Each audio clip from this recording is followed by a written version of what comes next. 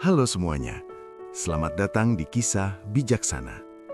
Teman-teman, hari ini kalian akan mendengarkan sebuah kisah sederhana, namun menyimpan pelajaran yang sangat dalam tentang kehidupan. Ini adalah jenis kisah yang mungkin hanya butuh beberapa menit untuk didengar, tapi maknanya bisa kita ingat seumur hidup. Karena terkadang dari sebuah peristiwa yang terlihat biasa saja, kita bisa belajar sesuatu yang benar-benar penting untuk kehidupan ini. Jadi, tonton sampai akhir, karena bisa jadi kisah ini akan mengubah hidupmu selamanya.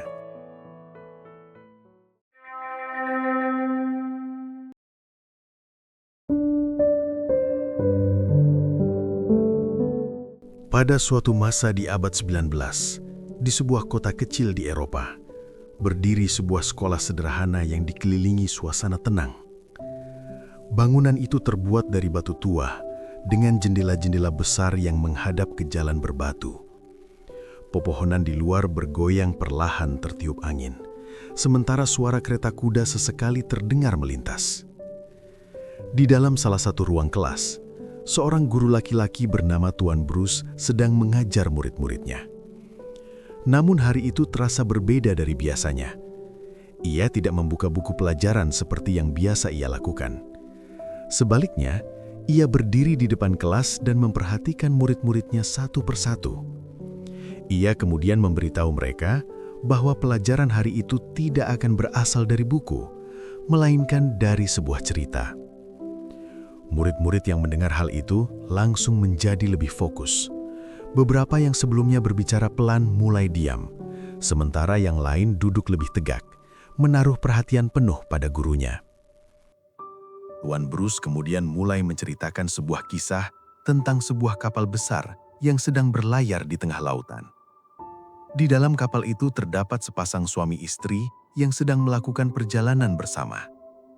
Ia melanjutkan bahwa di tengah perjalanan, kapal tersebut mengalami kecelakaan dan mulai tenggelam.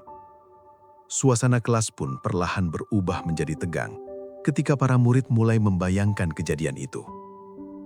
Cerita berlanjut ketika pasangan tersebut berusaha menyelamatkan diri dan berlari menuju Sekoci.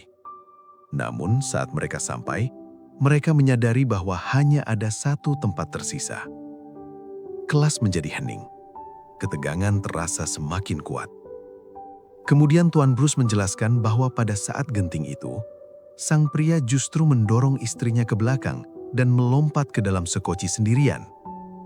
Reaksi murid-murid pun bermunculan. Banyak dari mereka merasa marah dan menganggap tindakan pria tersebut sangat kejam. Mereka menganggap pria itu egois dan tidak pantas meninggalkan istrinya dalam keadaan seperti itu. Namun Tuan Bruce tidak langsung memberikan penjelasan. Ia justru melanjutkan cerita dengan tenang. Ia menggambarkan bahwa sang istri tetap berada di atas kapal yang perlahan tenggelam. Dan sebelum semuanya berakhir, wanita itu berteriak menyampaikan satu kalimat kepada suaminya. Setelah itu, Tuan Bruce meminta murid-muridnya untuk memikirkan dan menebak apa yang mungkin dikatakan oleh wanita tersebut. Kelas yang tadinya hening langsung menjadi ramai. Banyak murid menyampaikan pendapat mereka, yang sebagian besar berisi kemarahan, penyesalan, atau kebencian yang mereka bayangkan keluar dari mulut wanita itu. Namun di tengah keramaian itu, ada seorang murid bernama Matteo yang justru tidak ikut berbicara. Ia tetap diam, tidak tertawa, dan tidak memberikan tebakan seperti yang lain. Ia tampak tenggelam dalam pikirannya sendiri. Tuan Bruce memperhatikan hal tersebut, dan akhirnya meminta Matteo untuk menyampaikan pendapatnya. Seluruh kelas langsung menoleh ke arahnya. Matteo kemudian mengangkat kepalanya perlahan. Dengan sikap tenang dan penuh pertimbangan, ia menyampaikan bahwa menurutnya, wanita tersebut tidak akan mengatakan sesuatu yang kasar. Ia menjelaskan bahwa kemungkinan besar, wanita itu justru menyampaikan sesuatu yang penuh makna dan tanggung jawab. Sebuah permintaan agar suaminya menjaga anak mereka. Kelas langsung terdiam. Jawaban itu terasa berbeda dari yang lain. Lebih dalam, lebih berat. Tuan Bruce tampak terkejut mendengarnya. Ia kemudian menanyakan apakah Matteo pernah mendengar cerita tersebut sebelumnya. Matteo menjelaskan bahwa ia belum pernah mendengarnya. Tetapi ia menyampaikan bahwa kalimat itu mengingatkannya pada kata-kata terakhir ibunya kepada ayahnya sebelum meninggal dunia. Suasana kelas pun berubah seketika. Tidak ada lagi yang berbicara. Semua murid kini hanya diam, merasakan beratnya makna dari jawaban tersebut.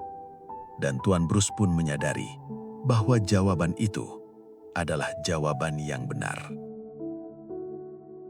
Suasana kelas masih dipenuhi keheningan setelah jawaban Matteo. Tidak ada lagi bisikan ataupun tawa. Semua murid kini benar-benar fokus, seolah menyadari bahwa cerita yang mereka dengar memiliki makna yang jauh lebih dalam dari yang mereka bayangkan sebelumnya. Tuan Bruce kemudian melangkah perlahan ke depan kelas dan melanjutkan kisahnya. Ia menjelaskan bahwa kapal yang ia ceritakan sebelumnya pada akhirnya benar-benar tenggelam, dan pria dalam cerita itu termasuk salah satu orang yang berhasil selamat. Murid-murid mendengarkan dengan penuh perhatian. Kali ini tidak ada yang langsung menghakimi. Cerita berlanjut dengan menggambarkan bagaimana pria tersebut kembali ke kota asalnya seorang diri. Ia menjalani hidupnya tanpa istrinya, menghadapi hari-hari yang berubah secara drastis. Ia harus melakukan segala sesuatu sendirian, bekerja, mengurus rumah, dan yang paling penting, membesarkan anak perempuannya. Tuan Bruce menggambarkan bahwa anak itu tumbuh tanpa kehadiran seorang ibu, tetapi tidak pernah kekurangan kasih sayang. Sang ayah berusaha menjalankan perannya dengan penuh tanggung jawab, memberikan perhatian dan cinta yang tidak berkurang sedikit pun. Namun meskipun ia menjalani hidupnya dengan baik, orang-orang di sekitarnya hanya mengetahui satu sisi dari kisah tersebut. Mereka melihatnya sebagai pria yang menyelamatkan dirinya sendiri dan meninggalkan istrinya. Pria itu tidak pernah menjelaskan apa yang sebenarnya terjadi. Ia tidak membela diri. Ia tidak mencoba mengubah pandangan orang lain. Ia hanya diam dan menerima penilaian tersebut selama bertahun-tahun. Waktu terus berjalan. Anak perempuan itu tumbuh menjadi sosok yang baik, cerdas dan penuh perhatian, mencerminkan sifat ibunya yang tidak lagi bersamanya. Hingga suatu hari, kehidupan kembali berubah. Sang ayah jatuh sakit, dan tidak lama kemudian, ia meninggal dunia. Kelas kembali tenggelam dalam kesunyian. Tuan Bruce melanjutkan cerita dengan nada yang lebih pelan, menggambarkan suasana setelah kepergian pria tersebut. Anak perempuannya kini harus menghadapi rumah yang terasa kosong.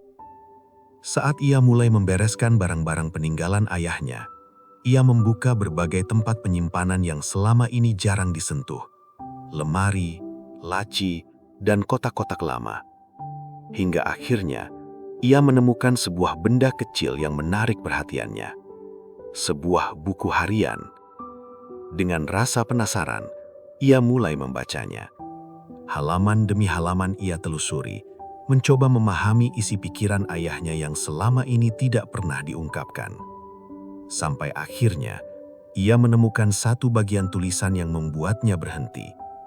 Tulisan itu terasa berbeda, lebih dalam, lebih pribadi, dan dari sanalah, perlahan-lahan, sebuah kebenaran yang selama ini tersembunyi mulai terungkap. Suasana kelas tetap hening. Tidak ada satupun murid yang berbicara.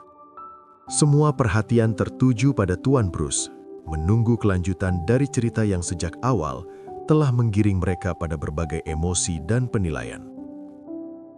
Dengan tenang, Tuan Bruce melanjutkan kisahnya. Ia menggambarkan isi dari buku harian yang ditemukan oleh anak perempuan itu. Dalam tulisan tersebut, sang ayah mengungkapkan sesuatu yang selama ini tidak pernah diketahui oleh siapapun. Ia menjelaskan bahwa sebelum mereka menaiki kapal itu, sebenarnya ia telah mengetahui sebuah kenyataan pahit tentang istrinya. Bahwa wanita itu mengidap penyakit yang tidak dapat disembuhkan dan tidak memiliki banyak waktu untuk hidup. Kelas terasa semakin sunyi. Tuan Bruce melanjutkan bahwa dalam catatan tersebut, pria itu menggambarkan betapa hancurnya perasaannya saat kapal mulai tenggelam. Ia sebenarnya ingin tetap bersama istrinya, bahkan ingin menghadapi akhir hidup bersama. Namun, ia juga menyadari satu hal yang tidak bisa ia abaikan. Mereka memiliki seorang anak yang masih membutuhkan seseorang untuk menjaganya. Dalam keadaan terdesak dan penuh luka batin, ia akhirnya membuat keputusan yang paling menyakitkan dalam hidupnya. Ia memilih untuk bertahan hidup, bukan karena ia ingin menyelamatkan dirinya sendiri, tetapi karena ia harus menjaga anak mereka.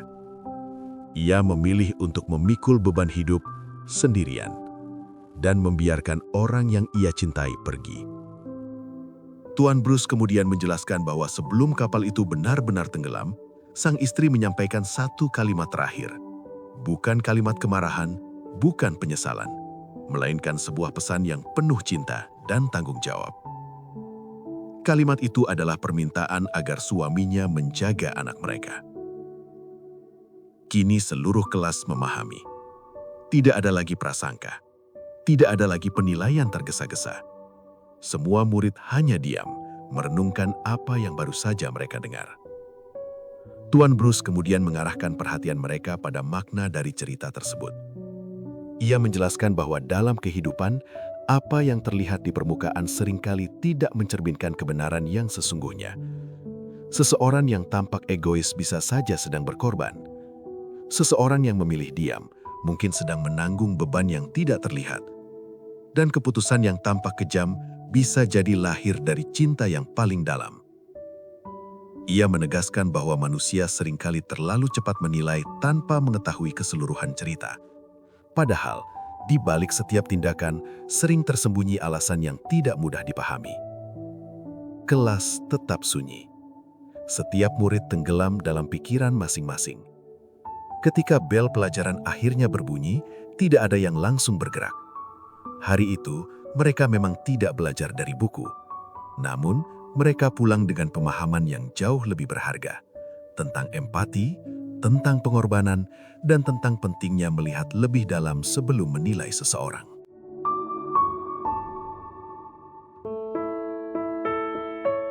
Teman-teman, dalam hidup ini kita sering melihat sesuatu hanya dari apa yang tampak di depan mata, lalu dengan cepat menilai benar atau salahnya seseorang. Padahal, di balik setiap tindakan, bisa saja ada alasan yang tidak kita ketahui dan pengorbanan yang tidak pernah terlihat. Terutama ketika kita melihat keputusan orang tua kita, seringkali kita tidak mengerti, bahkan merasa mereka salah. Namun, seiring waktu, kita akan sadar bahwa banyak dari keputusan itu dibuat bukan untuk diri mereka sendiri, melainkan demi kebaikan kita, meski harus menyakitkan bagi mereka. Jadi, sebelum kita menghakimi, cobalah untuk memahami. Karena bisa jadi, apa yang terlihat sebagai keegoisan sebenarnya adalah bentuk cinta yang paling dalam.